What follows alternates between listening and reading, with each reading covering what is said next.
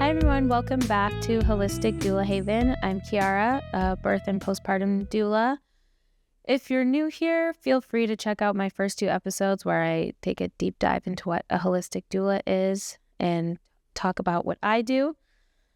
But today I'm going to be talking about something that I love so much, which is aromatherapy, herbal medicine, and natural remedies for pregnancy and postpartum.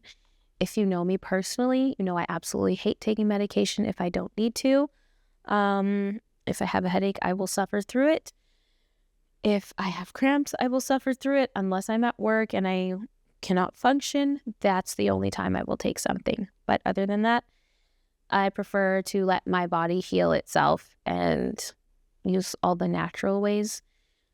Just because I feel like medication is like a fraud sometimes. I'm like, it's just a placebo. It literally just tells your brain, you're not in pain, even though all that was causing you problems is still happening. So I'm very excited about this episode. As doulas and birth workers, we know how powerful holistic support can be during pregnancy and postpartum. But when it comes to essential oils and natural remedies, it's also very important to be very careful because not all of them are safe for pregnancy and postpartum. You may assume, oh, it's natural, it's good for us. But some of them are not super compatible when growing a human life.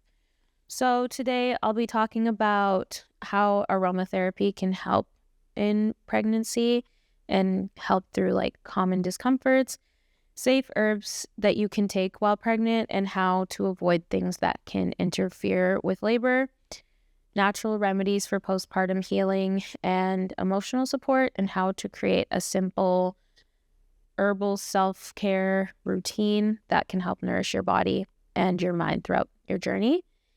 So first, let's talk about the power of aromatherapy. I love scents and anything that I can smell or put on my body. If you see my home, you'll see all the scents and things that I have in here. It's very gentle, but very powerful, and helpful for you.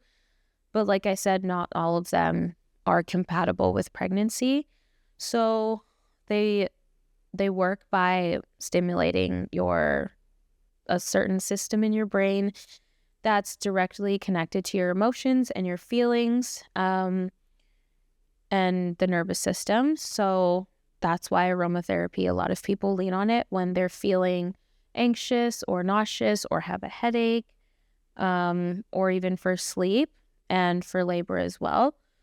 So some pregnancy-safe essential oils include lavender for calming your nervous system and helping support your sleep. If you look at any sleep time tea, there's always lavender flower in it. Peppermint in small amounts for headaches and nausea. If you're like me, my body absolutely repels anything with peppermint. I don't know why, but I cannot stand it. It makes my eyes water. It makes my skin very itchy. So I don't like peppermint itself. It's just the worst. Spearmint, I can handle, but peppermint, no go for me. Frankincense for grounding and emotional balance. I love frankincense. It smells really nice. And then like citrusy oils like lemon or like orange for boosting your energy and lifting your mood. I have like an orange spray that I love, and it kind of doesn't really wake me up, but it just makes me feel good and it smells nice. And then oils you'll want to avoid during pregnancy is sage, or like clary sage can help stimulate contractions. So don't do it in the first or second trimester. Rosemary, which can affect your blood pressure. Definitely don't want that. And then cinnamon and thyme, which are also stimulating for the uterus. But a simple way to use essential oils, you can put them directly on your skin, like a little drop or two. But the nicest way is just using a diffuser or like a gentle belly massage. Sometimes like I am an avid lotion user, so I'll like put a couple of drops in my lotion and just like rub it on myself just because You get the scent in there and you don't have to use like the whole bottle. Or like if you are someone who gets massages, most massage therapists use some sort of oil. So you can always ask them like, do you have this specific oil? And they can use it for you. Another thing that I really like that my therapist actually created for me is like rollerball oils. So she just mixed a bunch in there that I really liked, and it smells so heavenly, and all of them like do different things.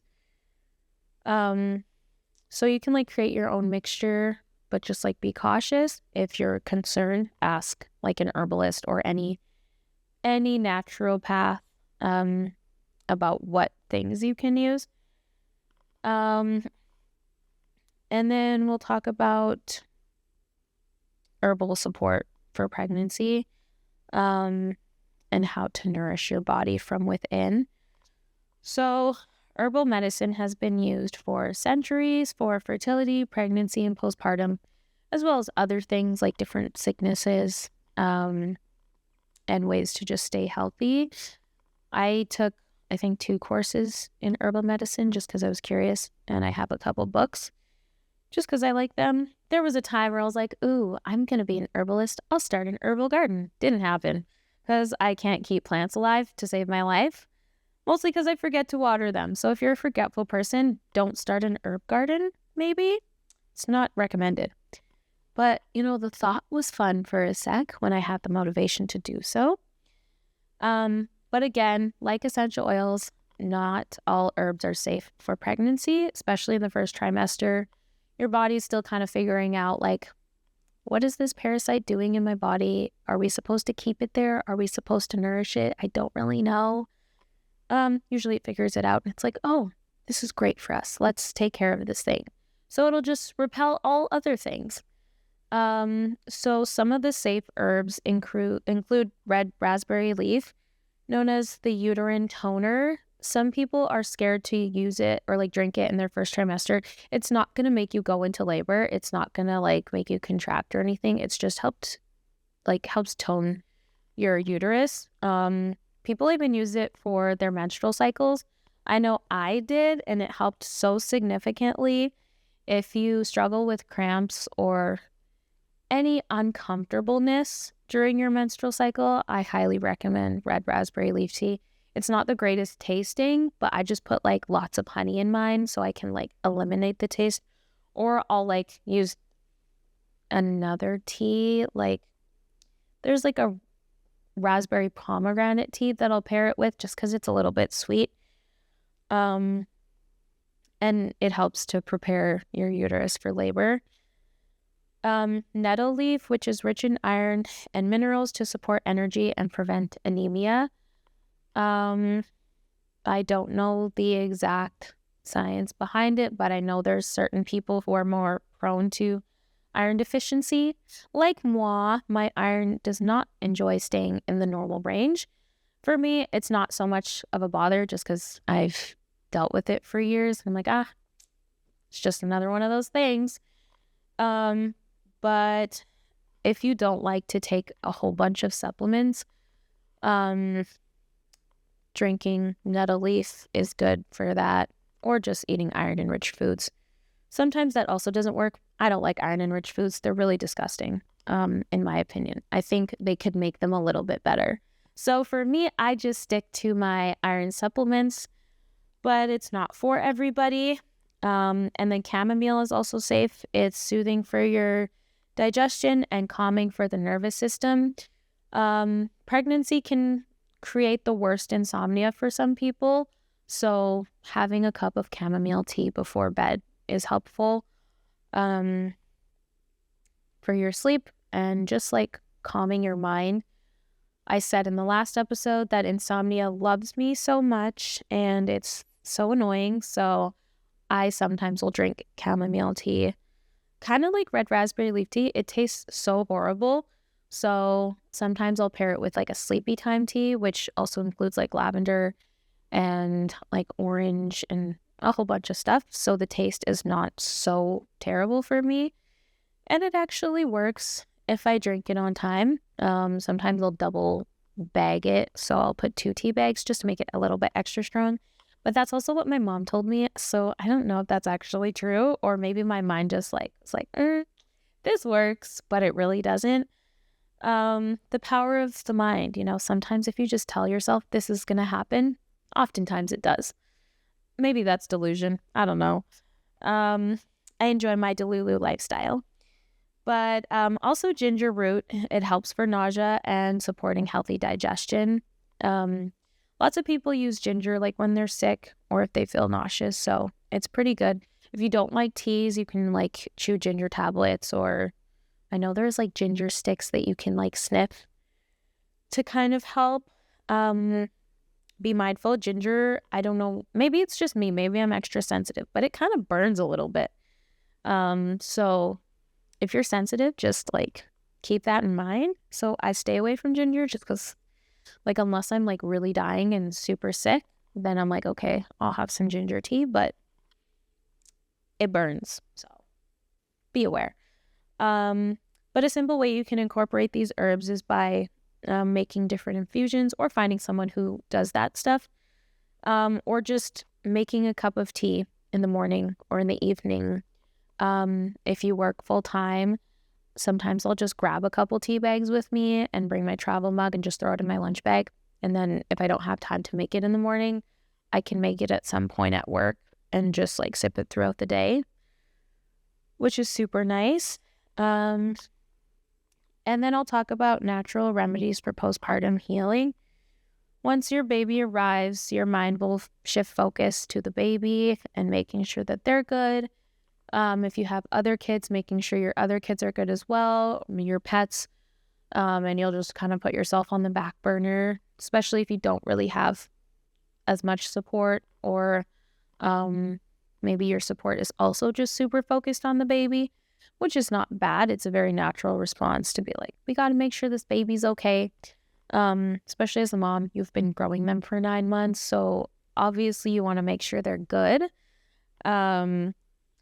But there's a big hormonal shift in your body after the baby is born, and you want to be mindful of that and know what to expect and how to actually take care of yourself. So some of my favorite natural remedies that I always recommend to anybody, herbal sitz baths. You can ask your doctor, or if you see a naturopath, like what herbs will be best for you. Every birth is different. So, maybe somebody who didn't tear, certain herbs might be good for them. Somebody who did tear, they might be like, don't put anything down there just to avoid infection. And also there's just a lot going on down there. So you just want to make sure you don't put certain things in there that might not be good for you while you're healing. But like things like lavender, they can help with perineal tears and swelling. I know sometimes Epsom salts help in a sitz bath. You can just kind of, or if you don't like all that stuff in there, you can just have warm water, just to kind of heal the area. Witch hazel, aloe, those things help as well. Yoni steaming and red raspberry leaf also supports womb healing. If you don't know what yoni steaming is, look it up. I will not explain it on here, but it's super nice. I've done it before. It's very helpful. Even if you're just on your menstrual cycle, it's really nice. And again, red raspberry leaf helps to tone the uterus. So even afterwards, you can use it and just make sure everything is on the right healing track. And then like mother's milk tea and fennel helps to boost milk supply. If you're someone who's breastfeeding or planning to, those are really good. I wouldn't recommend waiting until you're struggling with your milk supply. Like you can start with it from like immediate post-birth, especially if you're someone who likes to drink tea or like oatmeal. They make different like oatmeal cookies and tasty snacks. I haven't eaten them myself, but I've heard from people that they're very good.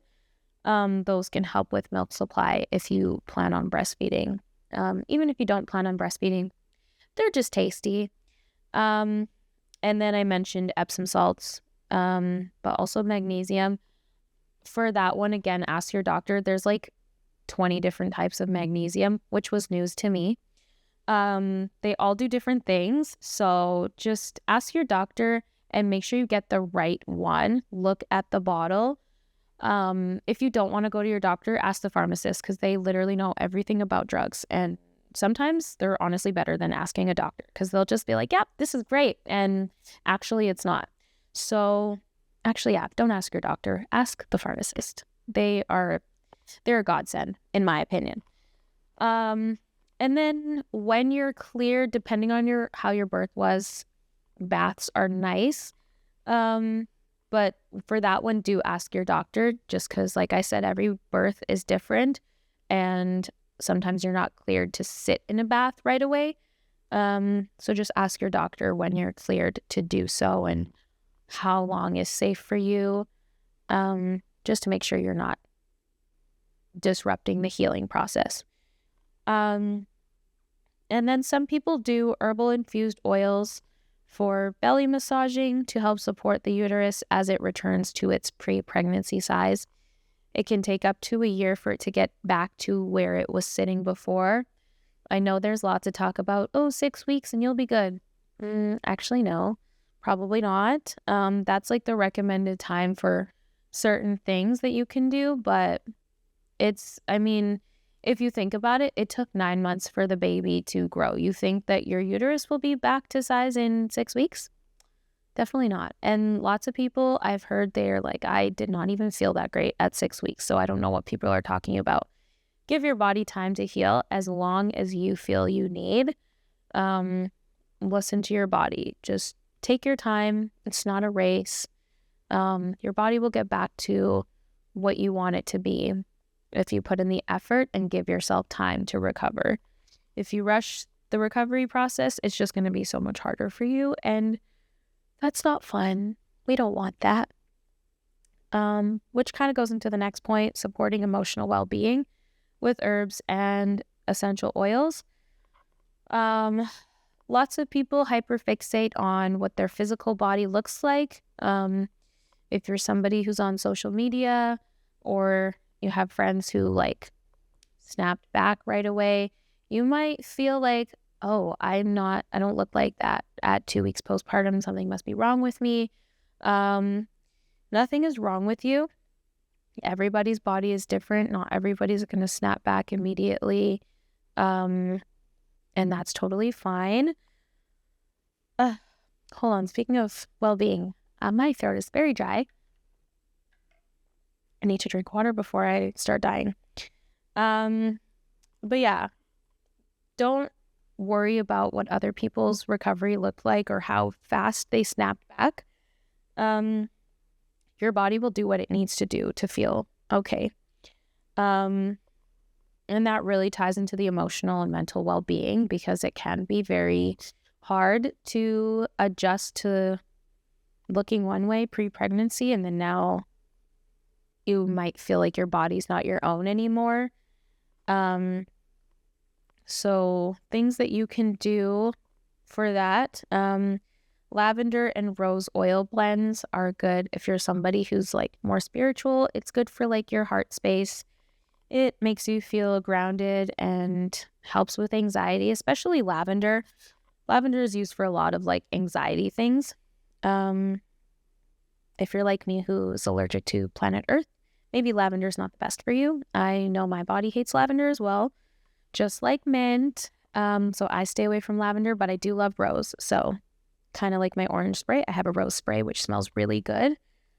Lemon balm tea helps to ease stress and helps with sleep. Same with lavender and chamomile.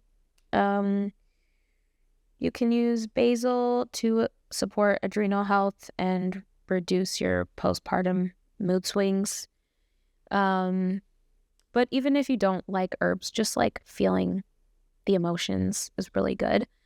Talking about them. And then like foot soaks and calming herbs help. Just like those little things to help you feel like you're doing something for yourself. is really nice. So just ask your doctor or your doula if you have one. Most times we have resources. I have two right here that I like to refer to.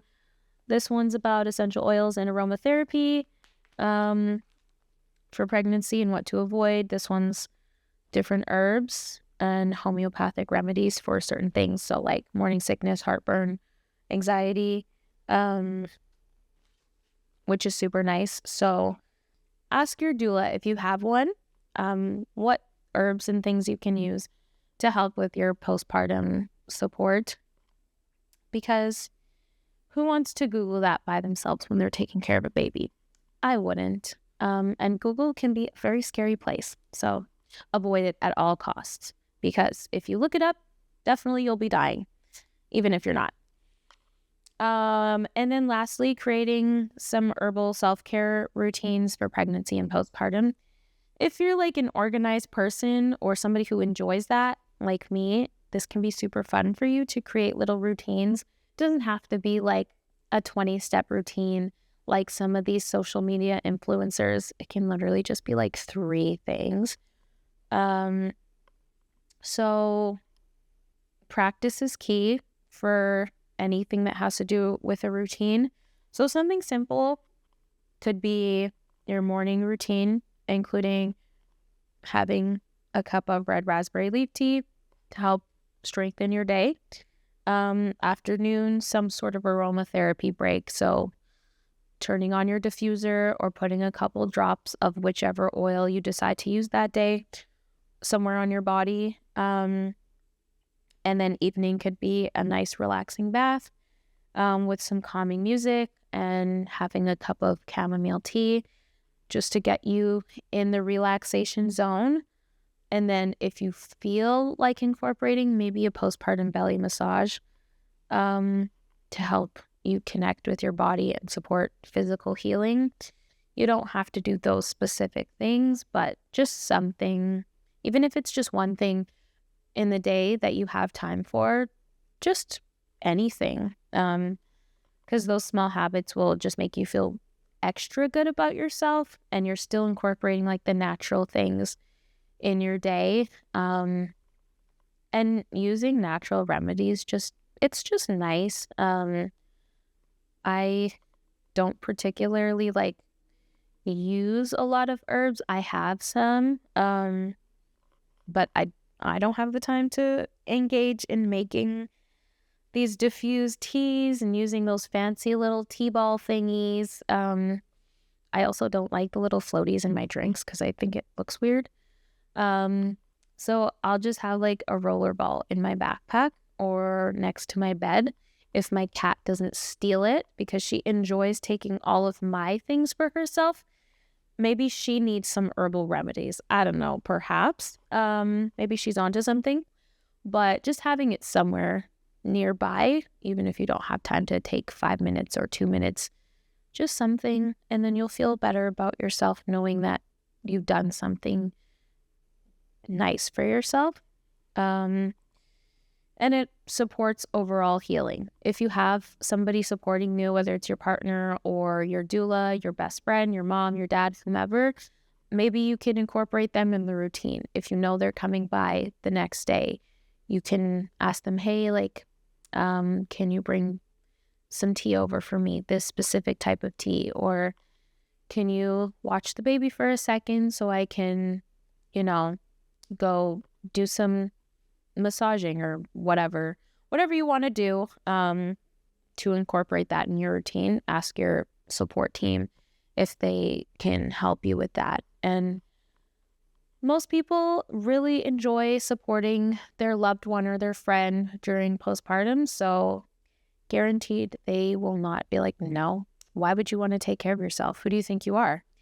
Nobody's going to say that unless they're horrible. In that case, they're not allowed to come to your home.